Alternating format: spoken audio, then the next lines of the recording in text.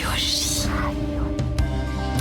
Et nous retrouvons à présent l'histoire des Juifs de France sur Radio J, comme chaque jour, en compagnie de notre conteur, Christophe Dard. Et pour ce nouveau numéro, Christophe, nous revenons à notre biographie, notre portrait de Pierre Mendès France. Dans le précédent numéro, nous avons vu qu'il est né dans une famille juive séfarade d'origine portugaise et établi en France depuis la fin du XVIIe siècle. Nous avons également vu qu'il devient avocat à l'âge de 21 ans seulement, député à 25, maire à 27, ministre à 31 ans, ce qui en fait l'un des grands espoirs de la gauche à la veille de la Seconde Guerre mondiale, période durant laquelle Christophe Mendès France sera un grand résistant et combattra l'ennemi après avoir été jugé coupable de désertion par le régime de Vichy. Effectivement, en septembre 1943, il est nommé commissaire aux finances puis ministre de l'économie dans le gouvernement provisoire dirigé par le général de Gaulle. À ce titre, Mendès représente la France à la conférence monétaire internationale de Bretton Woods qui réunit 44 pays en juillet 1944. Mais dans une France ruinée qu'il faut totalement reconstruire, Mendès France veut une politique énergétique et de rigueur, ce qui n'est pas vraiment partagé par d'autres, et il finit par démissionner tout simplement de son poste de ministre de l'économie en 1945. Et une fois son expérience ministérielle terminée, il est président du Conseil général de l'Eure, redevient député et en 1953, il redevient maire de Louviers, année où il est élu président de la commission des finances de l'Assemblée nationale. Effectivement, en 1954, Pierre Mendès France atteint le meilleur poste, on peut dire, de sa carrière, puisqu'il est nommé président du Conseil. C'est l'équivalent de Premier ministre par le président de la République, René Coty, et par une majorité de 417 voix contre 47. Dans son gouvernement, on compte des ministres de tous les bords, de gauche, de droite. Pour preuve, par exemple, François Mitterrand est nommé à l'intérieur, mais dans le même cabinet, on compte par exemple aussi un gaulliste de la première heure, comme le maire de Bordeaux, Jacques Chaban-Delmas. Pierre Mendès France jouit d'une telle popularité dans l'opinion et d'une réelle popularité. Ses causeries au coin du feu, diffusées dans tous les samedis soirs à la radio, sont restées célèbres. Elles sont inspirées en fait de ce que faisait le président américain Roosevelt dans les années 30 aux États-Unis, et elles permettent à Mendès France d'expliquer aux Français les grandes lignes de sa politique. Il peut aussi compter également sur le soutien d'une grande partie de la presse, notamment du magazine de centre-gauche L'Express, né peu de temps avant, en 1953, dirigé par le couple mythique Jean-Jacques Servan-Schreiber et Françoise Giroud. Et il fait également la couverture du Time Magazine en juillet 1954. Mendès France est également ministre des Affaires étrangères et c'est peu dire qu'il a fort à faire quelques semaines après la cuisante défaite de la France à Dien Bien Phu lors de la guerre d'Indochine qui a duré quand même 7 ans et à laquelle il s'était opposé depuis plusieurs années.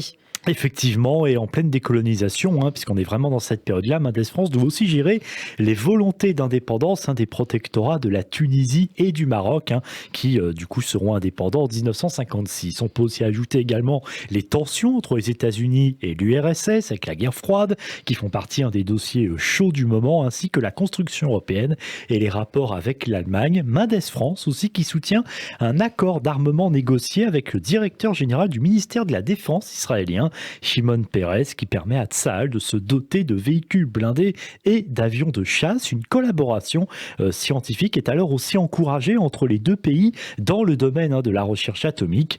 Le général de Gaulle qui rompra avec cette politique pro-israélienne lorsqu'il reviendra au pouvoir en 1958.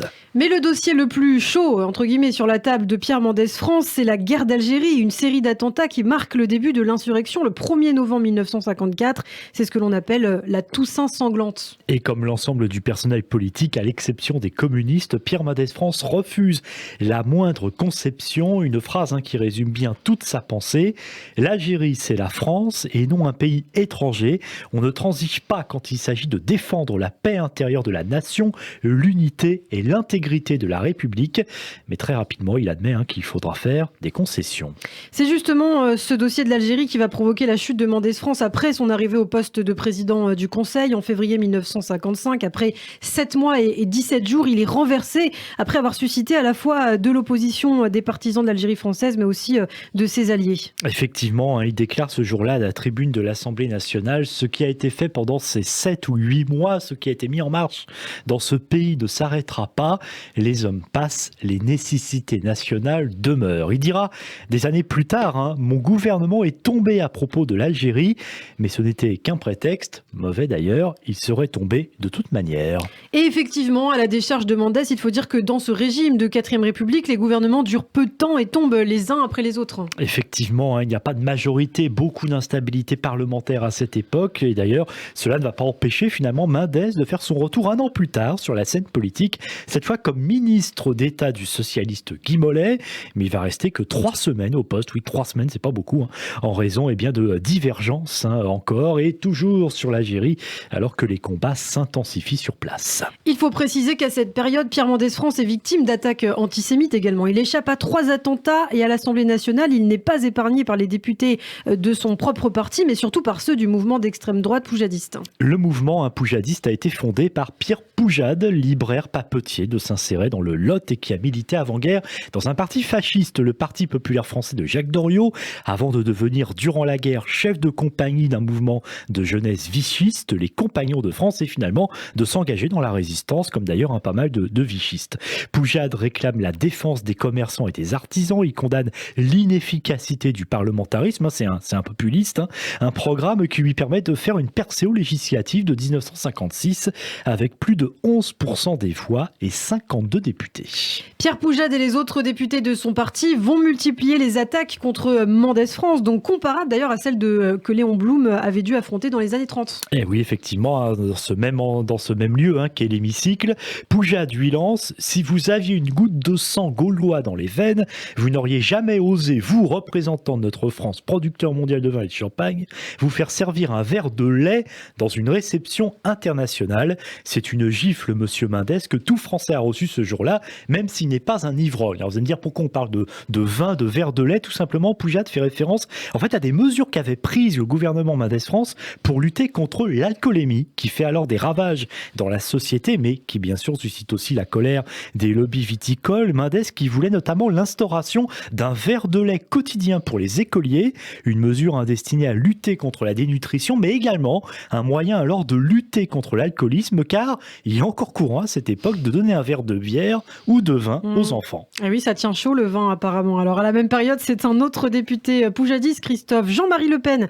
qui attaque également Mendès France sur ses origines. Et oui, à l'époque, il n'a même pas 30 ans, Le Pen, et lui déclare « Vous savez bien, monsieur Mendès France, quel est votre réel pouvoir sur le pays. Vous n'ignorez pas que vous cristallisez sur votre personnage un certain nombre de répulsions patriotiques et presque physique. Rien que ça. Ça, c'est pour ceux qui disent que Jean-Marie Le Pen est un mec sympa. Mais l'antisémitisme n'est pas que chez les poujadistes. Au Parti communiste, par exemple, le député Jacques Duclos qualifie Mendès France de petit juif peureux. On ne compte pas non plus les nombreuses lettres anonymes de haine des juifs que Mendès France reçoit au quotidien.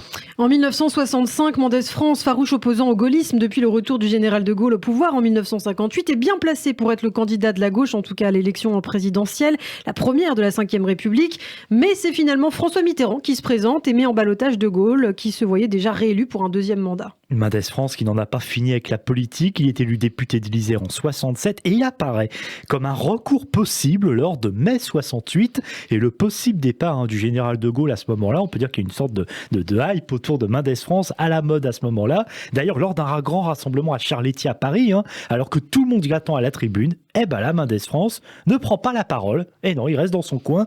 Une attitude qui sera largement commentée et diversement appréciée.